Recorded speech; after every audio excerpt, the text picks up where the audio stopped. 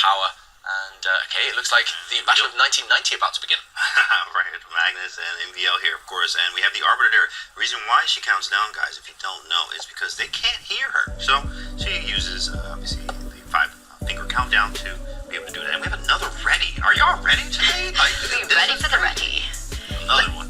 I love the countdown, though, that Judith does. You know, it's like 3, 2, 1, fight. And then we get going, and then every time it's the night coming out these days, and Magnus does that as well. It really feels like this Champions Chester Finals is a homage to the World Championship that we just saw.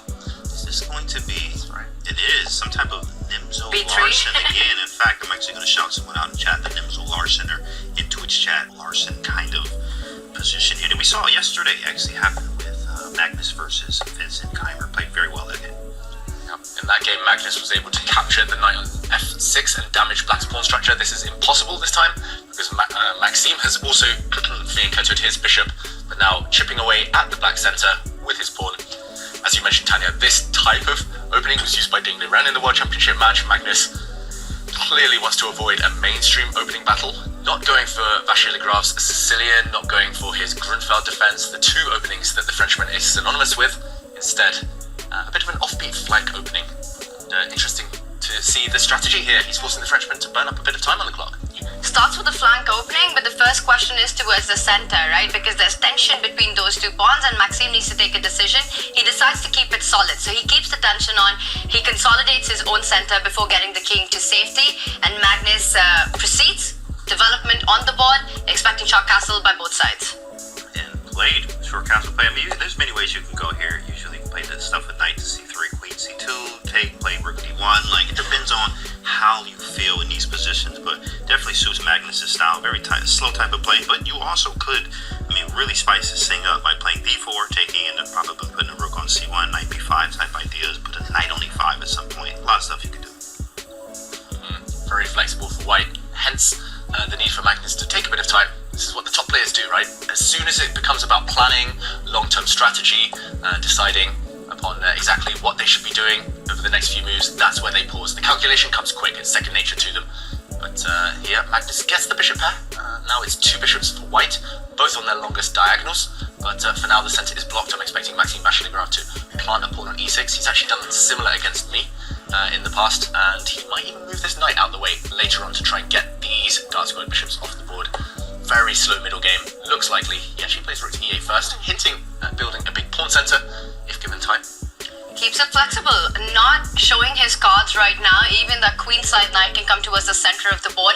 Yes, white has got the bishop there, but it feels that black has such a healthy pawn formation, which once it starts moving forward in the center, Maxime looking for a fight then and not playing cagey with the e6 approach. Magnus says, no way, that pawn isn't getting to e5. Is Maxime going to insist with knight coming out to d7 and pushing that pawn forward? I think it's on the agenda soon, Tanya, but first he does build the pyramid, the great pyramid here. White-black's pawn chain here really hard.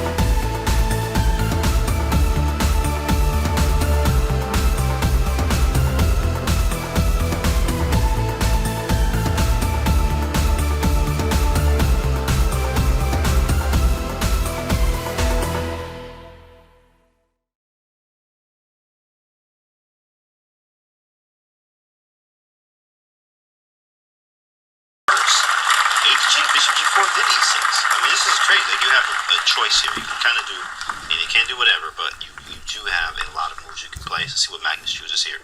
And in the meantime, 30 seconds. In the meantime, we heard some applause there. That is because Wesley So takes the first win of the day, taking down Vincent Keimer, and there has been a draw between Alariza Faruja and Jan Nepomniachtchi, maybe the least eventful of the game so far. So this one looks like White being favourite.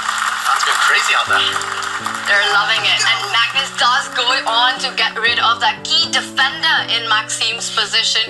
So many threats on the board. This is suffering for Maxime. He tries to keep that knight on E8 alive, blocks it, and Magnus, how does he break through? He does clamp down on the king side. 8-6. Once the queen lands on F6, it will be game over.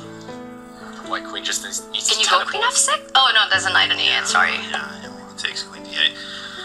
Queen C1, that's a nifty move. Wow, that's great full board awareness.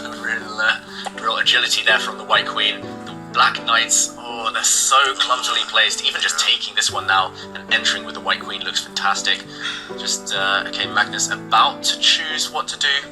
You could go in with the queen to C5, you could pick up the knight on E8. Some really pleasant choices for Magnus here. He's got 10 seconds though. Oh yeah, I keep forgetting. Same with MBL here, but it's no time. But yeah, he has more time. Magnus, it's possible to make a mistake, as we saw even with the knights, as David said. The kryptonite for Magnus when it comes to blunders is with a knight. So let's just hope for the best for Magnus here. If he can convert this and see. What knights are you talking about? They're on C8, E8. They're way too far. I don't even see them right those now. aren't knights. You're right. My bad. I forgot. They're just 2 extra spectators there in the arena. 2 extra fans. They've got their headphones on, camping out on the back rank for black. Magnus's queen, meanwhile, lining up. He's not converting this the most efficient way, I would say, but he's allowing a potential endgame now if there are captures on the E5 square. Maxime wants to keep the queens on the board, but cashing in now. Playing on seconds. Check. King takes. No mate. Check. There's a check. Takes. Check. Oh, he checked first. Take. Check. Yeah, this is gonna be GG, sir. He does gain on the clock and the board as well, picking up extra material. That H pawn will decide. The B5 knight will be picked up next. That was a resi. Very close. Okay, but knights, so tricky. Maxime, though, with his last few pieces, we see a handshake. Magnus takes the win. Magnus was about to make a new queen. Once those queens get off the board, what a masterclass. Starts off on a high again, day 2. No surprises there, Magnus. And this was a strategic masterpiece, right? Complete domination out of the opening. All positional factors. Magnus